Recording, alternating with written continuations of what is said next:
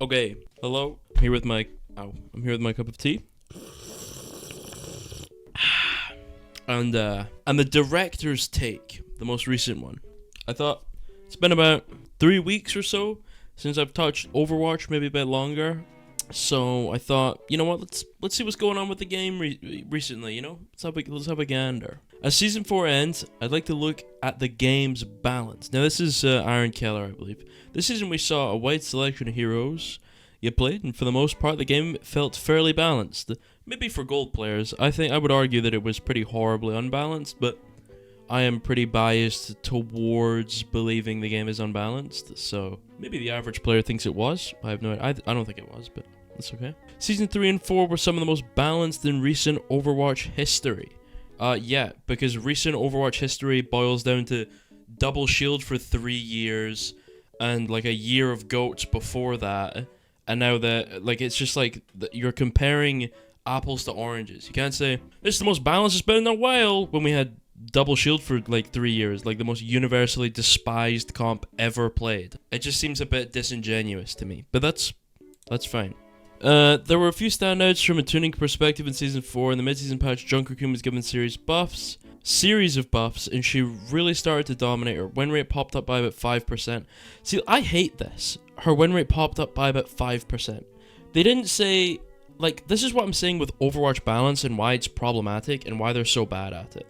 Their justification for a hero being too strong was her win rate popped up by about 5%. It's not like she was healing way too much and she did too much damage and she had too much survivability and her hitbox was too small for how much she could do and her cooldowns were too strong and her ultimate was charging too fast and she was too easy to play for the value. It was nothing like that. It's just her win rate went up. It's just kind of like, it's like the most shallow way to look at game balance. It's just the win rate's up, therefore they must be good. It's just brain dead, right? It's such a bad way to balance the game. And I think this is why they're so bad at balancing, is because their justification for Queen being a dominant force on the ladder is that her win rate went up by 5%. It's just not a good way to look at the game. One of the lowest pick tanks to one of the highest. Again, this just absolutely means nothing, but okay. For most skill tiers, Queen and Reinhardt were the two most picked tanks for the latter half of the season. I don't know why that matters. However, at Masters and above, Queen is far and away the most picked tank. Again, I do not know why that matters. One of the big changes that we made was to increase the healing received from our... I don't care about this. One of the big... Yeah, in addition, please don't make it survivable. We're reducing the health she receives from commanding shot from 200 to 150. What an unbelievably terrible... Like, what is this? This achieves nothing. Like, this does not address... Oh, dude... So we'll be reducing, like, again, like I said earlier with the 5% thing, they just do not understand game balance. They increased how much healing she got, which massively increases her survivability.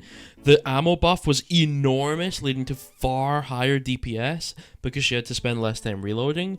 Her ult still charges stupidly quickly for how powerful it is, you know? But, like, they're gonna go, so we're not gonna touch any of that. Instead, we're gonna take 50 overshield away from the show. It's just, what, like, if that's the only nerf she's getting, the game is just dead. There's just absolutely no way.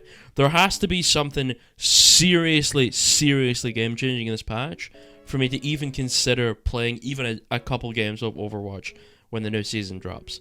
Because right now, this is a horrible... Okay, oh, we'll also be increasing the cost of our ult by a small amount. Good change. Actually, a good change. With specific details in the patch notes, but players can expect increases to his healing and damage output.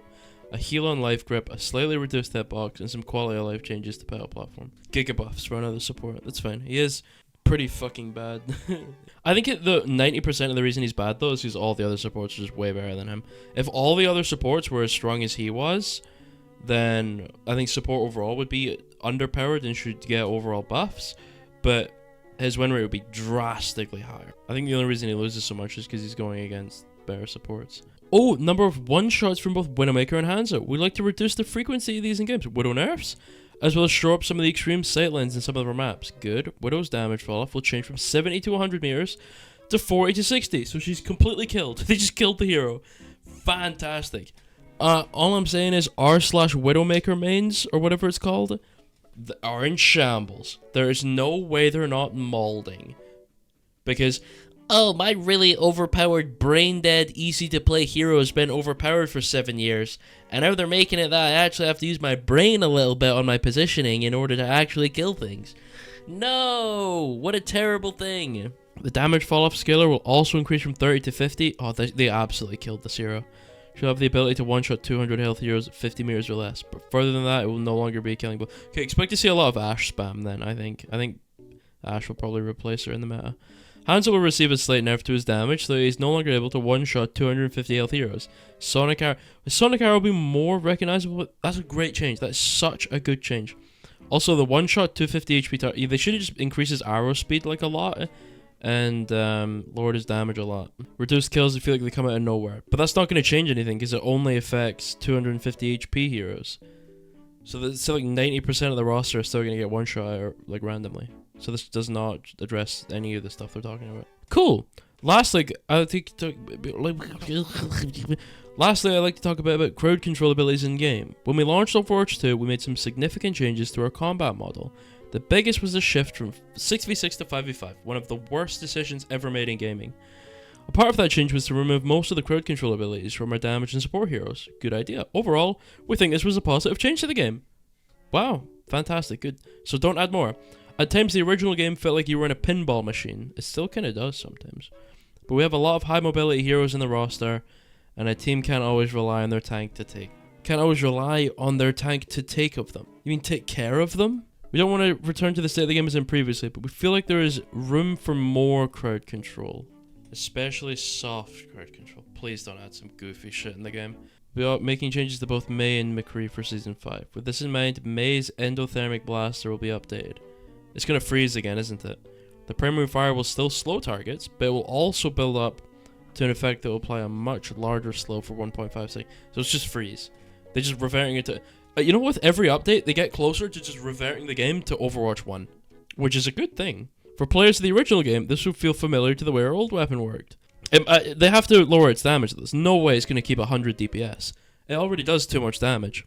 There's no way it's going to slow more and not do less damage. They have to nerf its damage. Cassidy's magnetic grenade. Okay, before I read any further, McCree is getting reworked, and they're changing his nade into a different ability. Cassidy's magnetic grenade will also get updated to deal less damage, as well as applying an effect that slows and blocks movement abilities.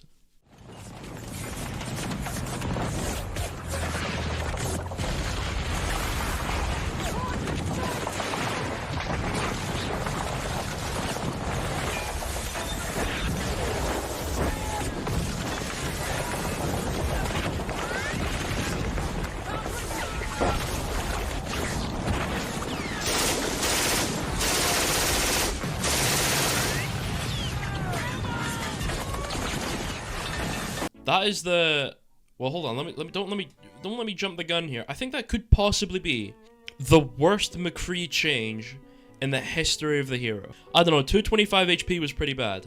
What's worse? 225 HP or a homing missile magnetic grenade that tracks you through movement abilities, and when it hits you, it explodes, does damage to you, stuns you, and stops movement abilities and slows you? That's pretty fucking bad. That is pretty bad. Wow, there's no way that makes it to live. If that makes it to live, if we actually load into Season 5 and McCree's grenade homes to the target, stickies on them, magnetizes onto them, grabs them, explodes, does damage, stuns you, slows you, and stops movement abilities, dude, I feel so bad for anyone who still plays this game and is gonna have to suffer through this goofy ass McCree ability. That is, dude, the McCree, the ability was already hated. That shit was already despised by everybody. Why are they making it better? What a fucking disgustingly bad change. It has to do like 10 damage. There's no way that shit doesn't...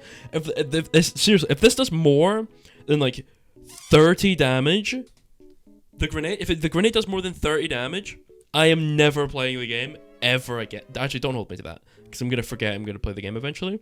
But I'm going to be very upset. As someone who doesn't even play the game anymore, I will be very upset if that makes it to live. Hey guys, We saw that McCree was a really annoying hero in Overwatch 1 when he had the stun, so we replaced it with a magnetic grenade that does a shitload of damage that it takes literally no brain or skill whatsoever to use. Oh wait, you guys hate that as well? Okay, so we decided to mix both of the abilities together to create the most cancerous ability ever added to any game ever. What a fantastic idea. But that's really good. On top of these changes, we'll also be making tweaks to several other heroes. Can't wait for Genji buffs! Several tweaks to other heroes. Genji buffs. Come on, dude. I don't even give a shit if they do other stuff. As long as they're buffing Genji, they can do what they want. Yeah, so any overall, like, let me just, like, go over the entire thing overall. This is, like, a 1 out of 10. Horrible changes. The Widow changes are good, but other than that, the rest of them seem pretty horrible. Which is just, like, on par for Blizzard. They're pretty good at just kind of making the game significantly worse every patch. Like, hey, we understand we made the game fucking atrocious, but I hope you're okay with the fact that we did that because we nerfed Widow. Therefore, I think it's good justification for ruining the game further. So that's good. Well, anyway, this was short. What's my opinion about Overwatch right now? It's a horrible game. It's really, really bad. Am I glad I left? Damn fucking right. Will I come back? One day. Well, anyway, Blizzard continues to be one of the worst companies on Earth. Cool. Goodbye.